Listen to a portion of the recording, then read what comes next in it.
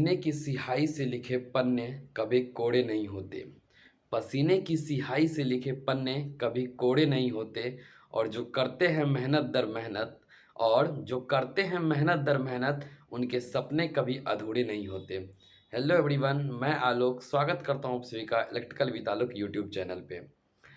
जैसा कि आप लोग कल से जब से एनएचपीसी 2023 का एडमिट कार्ड जारी हुआ है, काफ़ी स्टूडेंट के बीच में एक चर्चा बन गया है कि इतना जल्दी एग्ज़ाम डेट आ गया।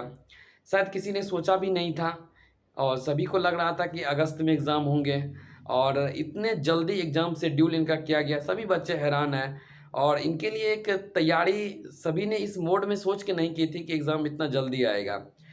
बहरहाल जब एग्ज़ाम डेट अब आ चुकी है, एडमिट कार्ड भी आप लोग के बीच आ चुका है। अब तो एग्ज़ाम होना है 23 जुलाई को। तो ये वीडियोज़ मेनली इसी चीज़ पे बेस्ड है कि अभी से जो 8 दिन बचे हुए हैं आपके पास, तो ये 8 दिन में आपका क्या स्ट्रेटजी होना चाहिए, आपका क्या प्रिपरेशन होना चाहिए, ताकि इतने कम समय में आप उन सारी पोर्शन को कवर कर लें कि आपका एग्ज़ाम एवरेज से अच्छा जाए, आपका एग्ज़ाम सिलेक्शन के लायक अच्छा जाए। और 8 दिन ठीक है, अगर आप अच्छे से मेहनत करते हैं तो आप चीज़ें कवर कर सकते हैं। बस अंतर तो स्वाभाविक है, कभी अगस्त में अगर एग्ज़ाम होने रहता, अगर जुलाई में ये हो रहा है, तो अंतर सभी स्टूडेंट पे पड़ेगा। ऐसा नहीं है कि आप इससे सिर्फ परेशान हैं, सभी स्टूडेंट के लिए ऐसा है, नया है, अचंभित करने वाला है। तो सभी स्टूडेंट के लिए टाइम घटा है, तो इफ़ेक्ट सभी पे समान पड़ेगा। बस इसी में ये 8 दिन जो अच्छे से मेहनत कर जाएँगे, यही 8 दिन जो एक अच्छे प्लान वे में कर जाएँगे, वो इसमें आगे निकल जाएँगे। और जो ये सोच के बैठ जाएँगे कि एग्ज़ाम तो बहुत पहले आ गया, तो फिर उनके लिए मुश्किल हो सकती है। तो ये वीडियोज़ में मेनली हम लोग बात करने वाले हैं कि इस एग्ज़ाम के देखते हुए क्या-क्या पोर्शन को पढ़ जाना है और किस तरह से पढ़ जाना है। ये 8 दिन में किस-किस तरह से कौन-कौन से पोर्शन को कवर करना है। तो आइए हम लोग बात करते हैं एनएचपीसी के बारे में। सबसे पहले तो बहुत बच्चों का डाउट्स आ रहा है कि सर एनएचपीसी और टीएचडीसी दोनों के लिए अलग-अलग एग्ज़ाम होंगे क्या? क्या अलग एग्ज़ाम होंगे या सेम एग्ज़ाम होंगे?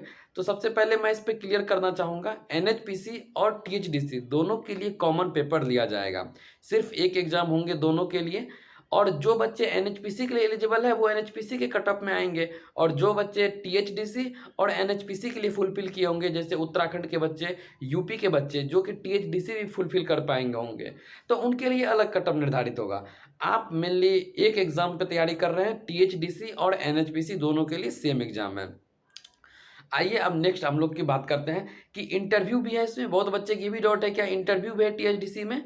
तो देखिए, जिस समय नोटिफिकेशन आउट हुआ था उस समय ये बात किया गया था कि इसमें इंटरव्यू है, लेकिन 10 दिन 15 दिन पहले एक ऑफिशियल अपडेट जारी हुआ है जिसमें कहा गया है कि इंटरव्यू नहीं लिया जाएगा टीएचडीसी में। तो आप लोग मोटा मोटी मान के चल सकते हैं कि इंटरव्यू का प्रोसेस नहीं है, आपका सिलेक्शन टोटली बेस्ड होना है सीबीटी कंप्यूटर बेस्ड टेस्ट पे आपका एलिजिबिलिटी निर्धारित किया जाएगा। तो आइए आप लोग इस एग्ज़ाम में कैसे प्रिपरेशन कर सकते हैं, हम उन पे अब बात करते हैं।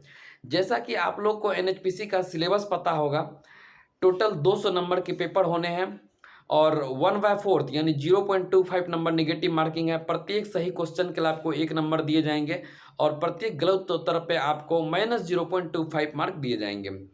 तो ये रहा इनका नेगेटिव मार्किंग और टोटल क्वेश्चंस।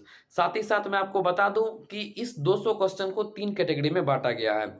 सबसे पहले 140 नंबर आपके डोमेन से रहने हैं। अगर आप जिस भी ब्रांच से हैं, इलेक्ट्रिकल से हैं, सिविल से हैं या जिस भी ब्रांच से हैं, आपके 140 नंबर अपने डोमेन से रहने वाले हैं। और 30 नंबर जनरल अवेयरनेस और 30 नंबर रीजनिंग के रहने वाले हैं। सबसे पहले मैं रीजनिंग पे बात करूं अगर, तो रीजनिंग का लेवल इजी टू मॉडरेट रहने वाला है।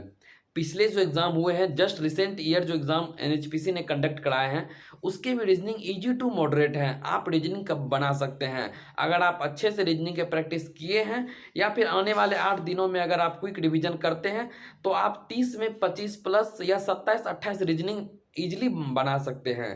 तो आप लोग कोशिश करेंगे रीजनिंग में स्कोर करने का। 30 नंबर का रीजनिंग है, आप लोग उसे अच्छे से बनाएंगे और उनका लेवल टफ नहीं है, इजी टू मॉडरेट लेवल है। आइए नेक्स्ट हम बात करते हैं जनरल अवेयरनेस की। साथ ही साथ इस वीडियो में हम बात भी करेंगे कि कौन सा पोर्शन पहले अटेम्प्ट करना सही रहेगा एग्जाम के नज़रिए से और किस पोर्शन पे क्या टाइमिंग मैनेजमेंट होना चाहिए। हम लोग सारी बातें इस वीडियोस में करने वाले हैं। तो अगर हम जनरल अवेयरनेस के बारे में बात करें तो जनरल अवेयरनेस के अंदर टॉपिक्स जो है वो करंट है, स्टैटिक जीके है और वही पॉलिटी है, हिस्ट्री है, ज्योग्राफी है, इन सारे के टॉपिक को लिया गया है।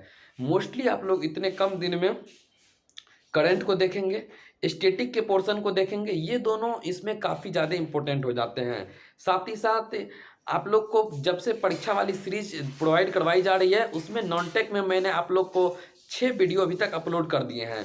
उम्मीद करते हैं वो 6 वीडियो आप लोग देखे होंगे। अगर नहीं भी देखे हैं तो आप लोग उसे स्पीड बढ़ा के 1.25 आप से स्पीड कर सकते हैं। आप जिसमें भी आप कंफर्टेबल फील करते हैं उस पर जाएं, उसे देखें।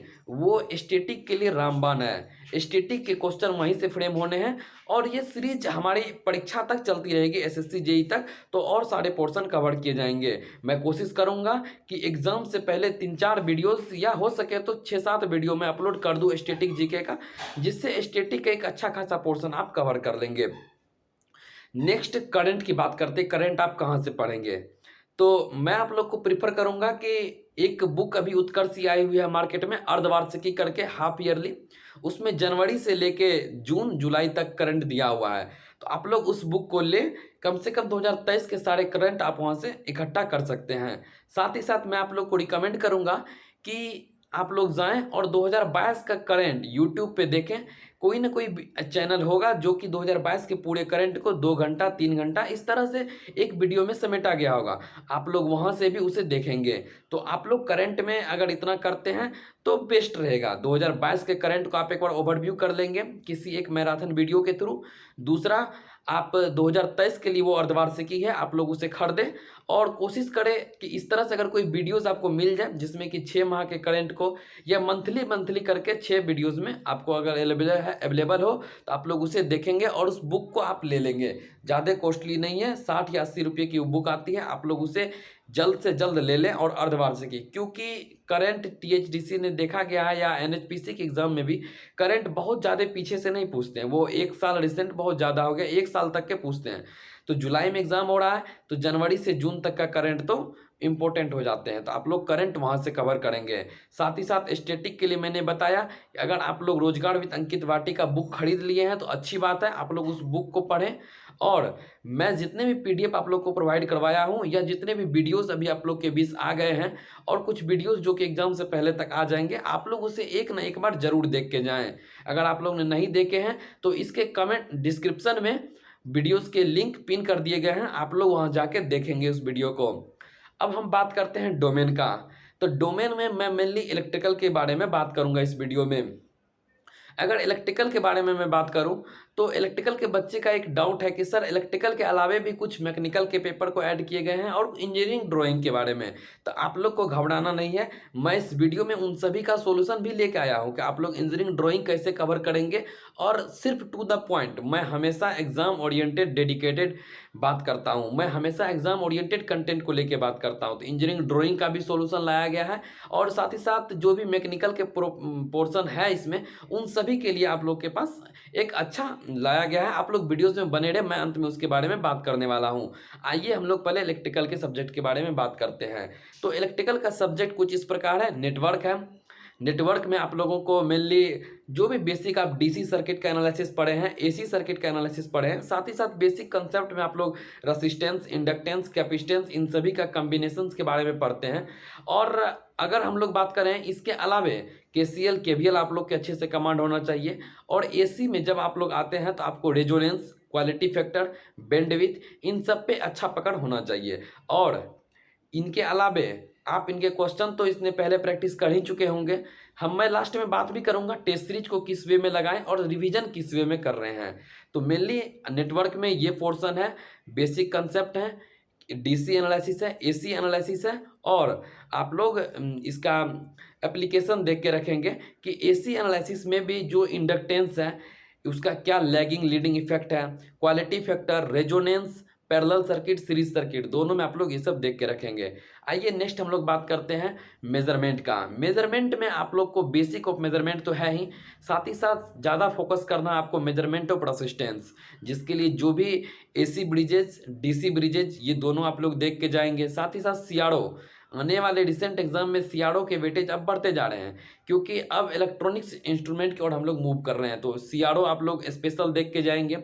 साथ ही साथ हर एक इंस्ट्रूमेंट जो भी पीएमएमसी है, डायनमोमीटर्स है, एनर्जी मीटर भी काफ़ी इंपॉर्टेंट है, और इसके रेंज एक्सटेंशन के न्यूमेरिकल्स काफ़ी महत्वपूर्ण हो जाते हैं।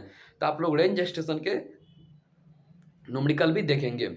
मेजरमेंट भी बहुत ज़्यादा टफ नहीं है, आप लोग मेजरमेंट अच्छे से कवर किए भी होंगे, और मेजरमेंट के लिए अगर आप क्वेश्चंस भी लगा चुके हैं प्रीवियस ईयर तो वो इनफ है। आपको मैं बता दे रहा हूँ, रेंज एक्सटेंशन से न्यूमेरिकल्स आ सकते हैं, एनर्जी मीटर में टाइम, एनर्जी मीटर कांस्टेंट से न्यूमेरिकल्स फ्रेम हो सकते हैं, और सीआरओ आप लोग थ्योरी के लिए देख के रखेंगे, और एसी ब्रिजेज और डीसी ब्रिजेज जो भी हैं उन्हें आप लोग देख लेंगे मेजरमेंट में।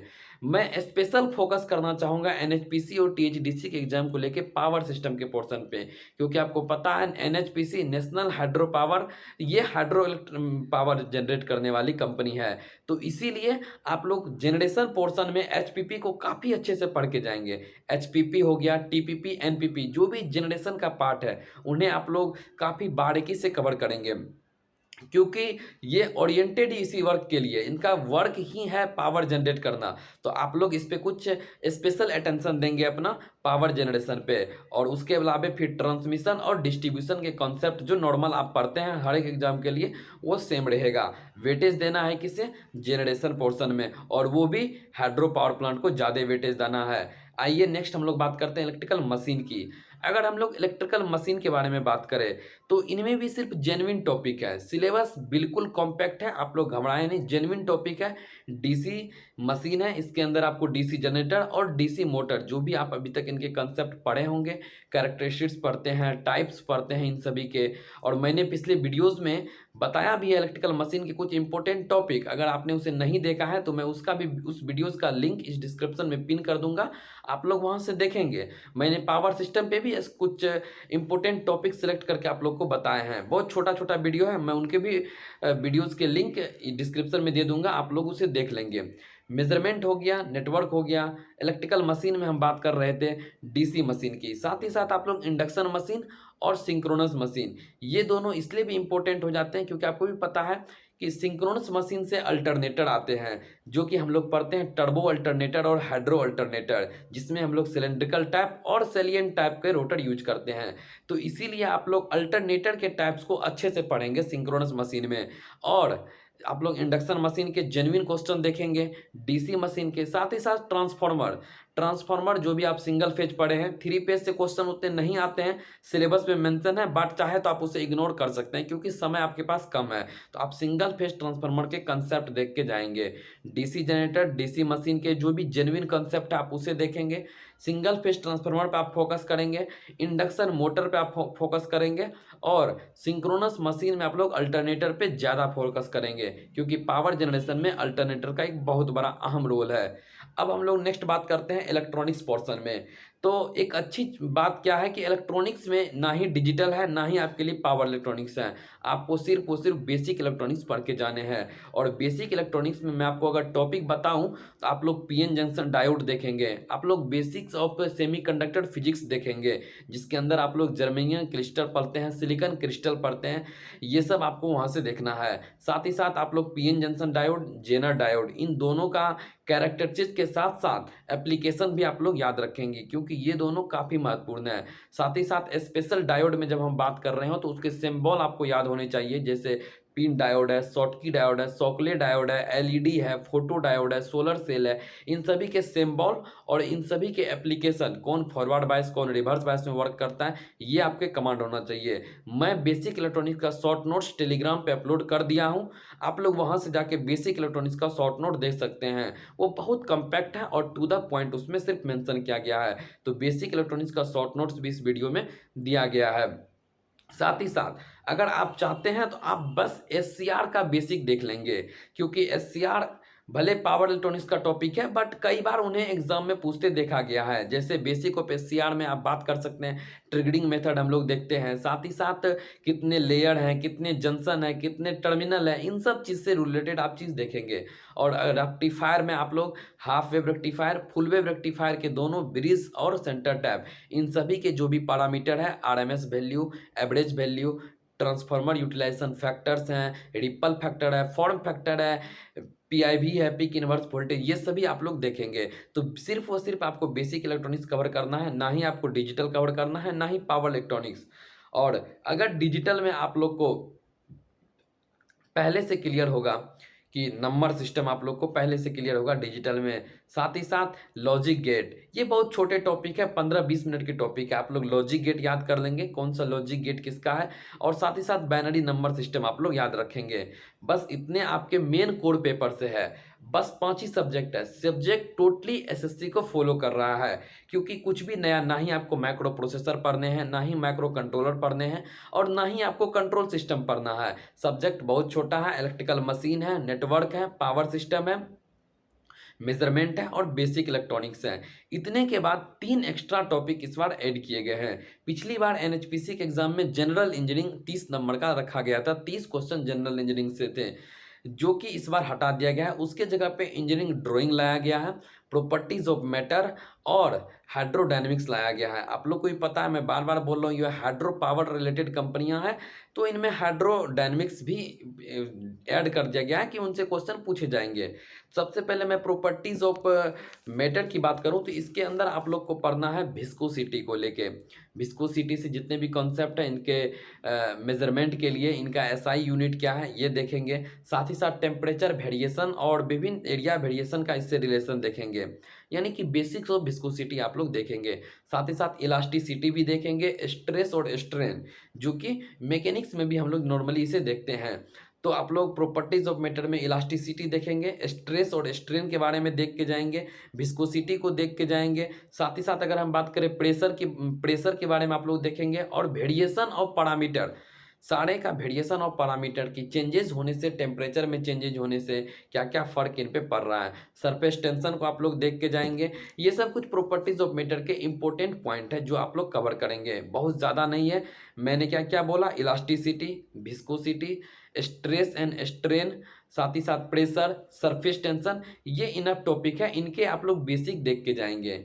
अगर हम लोग हाइड्रोडायनेमिक के बारे में बात करें तो हाइड्रोडायनेमिक से आप लोग को मेनली देखना है, टर्बुलेंट फ्लो आप लोग पढ़ते हैं, बर्नौली प्रिंसिपल पढ़ते हैं, साथ ही साथ स्टोक्स लॉ पढ़ते हैं, और स्टीम फ्लो के बारे में आप लोग, स्टीम फ्लो के बारे में ये सब चीज़ कहाँ से कवर होगा, मैं जस्ट इसके बाद अभी बात करने वाला हूँ। मैं आपको पहले टॉपिक बता दे रहा हूँ आपको हाइड्रोडायनेमिक्स में क्या क्या आने हैं। साथ ही साथ अगर मैं बात करूँ, इसके अंदर आपको स्टोक्स लॉ मैंने बता दिया, बर्नौलीज प्रिंसिपल मैंने बता दिया, फ्लूइड मैकेनिक्स में से आप लोग को सिर्फ फ्लूइड का फ्लो देखना है और स्टीम फ्लो देखना है, ये टॉपिक आपके रहे हैं। और अगर इंजीनियरिंग ड्राइंग की अगर हम बात करें तो इंजीनियरिंग ड्राइंग से आप लोग को ऑर्थोग्राफिक प्रोजेक्शन है, आइसोमेट्रिक प्रोजेक्शन है, फर्स्ट एंगल प्रोजेक्शन है, तो ये कुछ बेसिक्स हैं।